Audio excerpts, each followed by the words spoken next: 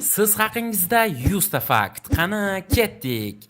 77% ehtimollik bilan siz o'g'il bolasiz. Tanangizdagi qon bo'lmagan yagona qismi bu ko'zingizning pardasi.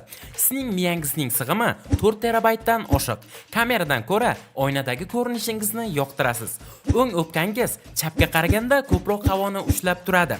Aksirganingizda tanangizning barcha funksiyalari, hatto yurak ham to'xtaydi. 900 ta qalam yasash uchun yetarli uglerodingiz bor. Siz bir nechta butunliklarni o'rnatasiz, lekin ularni doimo o'chirib qo'yasiz. 90% holatda hojatxonada telefoningiz bilan o'tirasiz. Telefoningizni unutganingizda turli xil yozuvlarni o'qib o'tirasiz.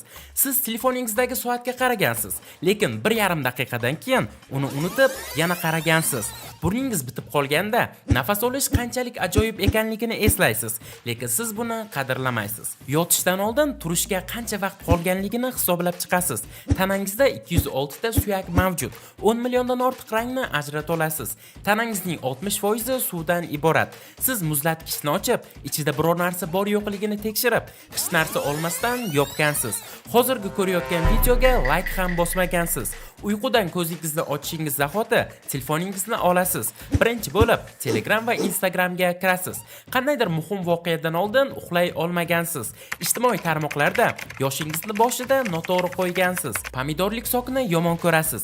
Siz 1,5 daqiqa vaqtingizni ushbu videoni tomosha qilishga sarfladingiz. Sizning yog'ingiz 7 bo'lak sovun tayyorlashga yetadi. Uyqudan to'ymaganingizda yana 10 daqiqa uxlab olay deb 2-3 soat uxlab qolgansiz.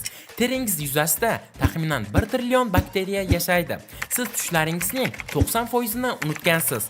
Qizarib ketganingizda oshqozoningiz ham qizarib ketadi. Siz uxlayotganingizda kichkina o'rgimchakni yutib yuborgansiz va buni o'zingiz ham bilmaysiz. Albatta hazil. Televizor pulti ishlamayotganida batareyasini chiqarib, qayta joylashtirib ko'rgansiz. Siz mening Telegram kanalimga obuna bo'lmagansiz. Qani buni to'g'rilash uchun hoziroq obuna bo'ling. Siz uchib ketayotgan samolyotni ko'rib, qayerga uchayotganini o'ylagansiz. Siz hozirgidan ko'ra ko'proq pul topishni xohlaysiz. Og'zingizda taxminan 40 mingta bakteriya mavjud. Telefoningiz quvvati 1% qolganda sehrli tarzda uzoq ishlaganiga guvoh bo'lgansiz. Biror kinoni oxirigacha ko'rmasdan voqealarni o'zingizcha taxmin qilgansiz. Yoningizda ketayotgan odamdan o'tib ketish uchun yurish tezligingizni oshirasiz. Biror narsani yo'qotib, oxirida u qo'lingizda turganligini bilib kulgansiz. Kayfiyatingiz yo'q bo'lganida siz qisqa iboralar bilan javob berasiz. Siz ingliz tilini bilmasdan inglizcha qo'shiqlar yodlagansiz. I put my armor on, show you how strong I am. Siz yogurt qog'ozi toza bo'lishi uchun uni ehtiyotkorlik bilan ochishga uringansiz. Eng yaqin do'stingiz bilan tushgan rasmlaringiz juda ham kam. O'yin o'ynagan vaqtingiz o'zingizni streamer deb tasavvur qilgansiz.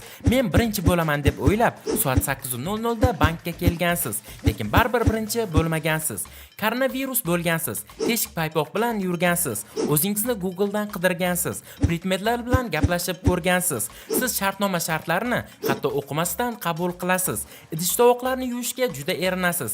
Bolalikda ota-onangiz obedda uxlashga majbur qilgan. Uxlab qolish uchun devorga qarab yotgansiz. Siz uxlashdan oldin juda zo'r hayotni orzu qilib yotasiz. Tasodifan musiqani baland ovozda yoqib, atrofdagilardan uyalib qolgansiz.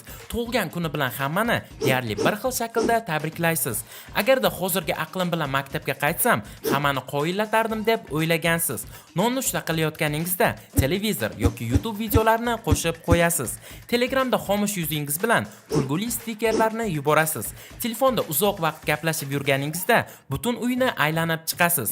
O'zingizning ovozingizni yomon ko'rasiz. Sizga biror narsa tushuntirilganda, siz hamma narsani tushunganingizni aytasiz, lekin hech nimani tushunmagan bo'lasiz. Miyangizda taxminan 86 milliard neyron mavjud. O'zingizni yaqin insoningizni aldagansiz. Umringiz davomida bir marta bo'lsa ham tirnog'ingizni tishlagansiz. Uydagilaringizning oldida adashib so'kinib yuborgansiz. Qimmatga kiyim sotib olib, uydagilarga narxini kamaytirib aytgansiz. Bir marta bo'lsa ham saqichni yutib yuborgansiz. Cho'milishga erinib, ko'chaga chiqmagan kuningiz ham bo'lgan. Tanangizda taxminan 5 litr qon mavjud. Qoningiz har 60 soniyada butun tanangizni aylanib chiqadi.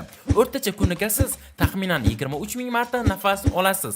Sizning tanangizda 50 litrlik bochkani to'ldirish uchun yetarli miqdorda suv bor. O'qituvchi doskaga kimnidir chiqarmoqchi bo'lganida o'zingizni juda band qilib ko'rsatgansiz. Matematika darsida misolning javobini bilsangiz ham doskaga chiqishdan qo'rqib turgansiz. Darsdan bir marta bo'lsa ham qochgansiz. Ovqat pishirayotganingizda siz ko'rmas tomoshabinlaringizga ijodiy oshpazlik jarayoni haqida gapirib bergansiz. Buni zararligini bilib ham ugrilaringizni juda ko'p siqqansiz. Siz gaplashishni istamagan odamdan xabar kelsa, uni ignor qilasiz. Telegramda ikkita pitichka qilmasdan maxfiy o'qiysiz. Yotib telefon ishlatganingizda telefon betingizga tushib ketgan. Xonangiz juda jimjit bo'lib ketganda televizorni shunchaki yoqib qo'ygansiz. Kechasi hojatxonadan yotoqqa turbo tezligida yugurgansiz. Biror voqea bo'lganida oldin ham bu voqea bo'lgandek tuyulgan, lekin aniq eslolmagansiz. Uzug'ini barmog'ingizdan chiqara olmay qolgan vaqtingiz ham bo'lgan. Film tomosha qilib turganingizda o'zingizni bosh qahramon deb tasavvur qilgansiz. Miyangiz umumiy tana vaznining taxminan 2% ni tashkil qiladi. Suvsiz bir necha kun, ovqatsiz esa bir necha hafta yashay olasiz. Qo'shiq eshitishni yoqtirasiz, mushuklarni yaxshi ko'rasiz. Siz ketma-ket 3 martadan ortiq aksirgansiz. Bir kecha uxlamagan kuningiz bo'lgan. Oyoqingizni chiqarib uxlaganingizda arvohlardan qo'rqgansiz. Oyoqingizni yopganingizda esa isib ketgansiz. Videoni boshida like bosishni so'ragan bo'lsam ham haligacha bosmagansiz. Yoshligingizda maktabga bormaslik uchun o'zingizni kasaldek tutgansiz. Darsdan keyin qolasan degan gapni eshitib, uydagi rejalaringizni ichingizda o'zgartirgansiz. Biror restoran yoki kafega borganda menyuni uzoq o'qib, baribir odatdagi ovqatni buyurtma qilgansiz. Internetingiz o'chib qolsa, galereyadagi rasmlarni ko'rib chiqasiz. Agarda millioner bo'lib ketsam, butun umr ishlamayman deb reja qilgansiz. Siz bu videoni 90% ehtimol bilan telefonda ko'rdingiz. Do'stlar, ushbu faktlardan taxminan necha foizi to'g'ri chiqdi? Kommentariyaga yozib qoldiring va keyingi video nima haqida chiqishini ham kommentariyada yozib qoldiring. Videoga like bosing, kanalimizga obuna bo'ling va keyingi videolarni kutib qoling. Keyingi videolarda ko'rishguncha, xayr, sog' salomat bo'ling.